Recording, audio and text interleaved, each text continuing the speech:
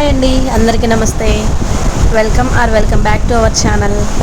ఈరోజు వీడియోలో హెల్తీగా అండ్ టేస్టీగా ఎలాంటి ప్రిజర్వేటివ్స్ యాడ్ చేయకుండా వితౌట్ షుగర్తో ఈజీగా ఎలా ఐస్ క్రీమ్ ప్రిపేర్ చేయాలో తెలుసుకుందాము. ఈ ఐస్ క్రీమ్ని ప్రిపేర్ చేయడం కోసం మనకు కావాల్సింది ఓన్లీ 5 ఇంగ్రీడియంట్సే. అవి కూడా మన ఇంట్లో అవైలబుల్లో ఉండేవే. ముందైతే ఒక బౌల్లో 1/2 లీటర్ పాలను తీసుకున్నా. నేను ఇక్కడ గేదె పాలు యూజ్ చేస్తున్నా. గేదె పాలు అవైలబుల్లో లేకపోతే ప్యాకెట్ పాలను కూడా తీసుకోవచ్చు. పాలు చిక్కగా అవ్వాలి కాబట్టి వాటర్ అలా ఏమి యాడ్ చేయొద్దు. కొంచెంసేపు పాలను బాగా మరిగించిన తర్వాత ఇందులో 3 స్లైసెస్ బ్రౌన్ బ్రెడ్ వేసుకుంటున్నా. ఇందులో బ్రౌన్ బ్రెడ్డే వేయాలని ఏం లేదు, మీకు ఏది నచ్చితే అది హ్యాపీగా వేసుకోండి. ఇప్పుడు ఇదంతా కొంచెం దగ్గర పడేదాకా హీట్ చేసుకోవాలి.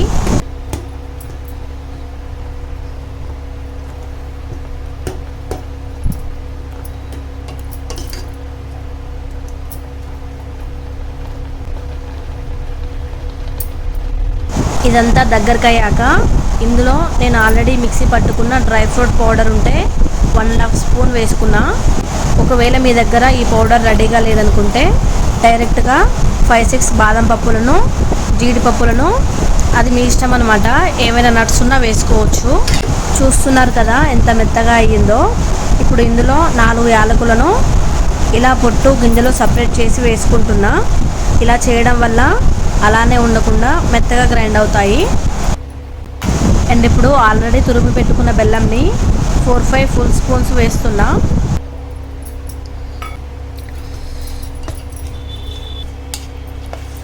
బెల్లం చిన్న చిన్న గడ్డలుగా ఉన్నా మిక్సీ పడితే వెంటనే గ్రైండ్ అవుతుంది కాబట్టి నో ప్రాబ్లం. ఇప్పుడు ఇదంతా పూర్తిగా చల్లారింది కాబట్టి మిక్సీ జార్లో వేస్తున్నా. నా దగ్గర ఫ్రూట్ జ్యూస్ మిక్సర్ ఉంది కాబట్టి ఇందులో మిక్సీ పడుతున్నా. మనం డైలీ యూజ్ చేసే దాంట్లో అయినా పట్టుకోవచ్చు.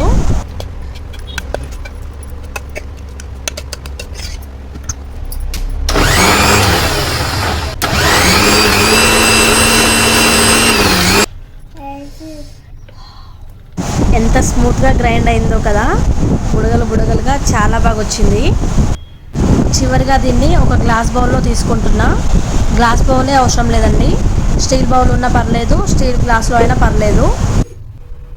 ఇలా తింటే ఐస్ క్రీమ్ ప్లెయిన్గా ఉంటుంది కాబట్టి అలా ప్లెయిన్గా ఉండకుండా దీని మీద ఇలా 3 టైప్స్ ఆఫ్ నట్స్ని సన్నగా కట్ చేసి వేస్తున్నా. జీడిపప్పు, బాదం పప్పు, గుమ్మడి గింజలు. మీ దగ్గర వేరే నట్స్ ఎక్స్ట్రా ఉన్నా సరే వేసుకోవచ్చు.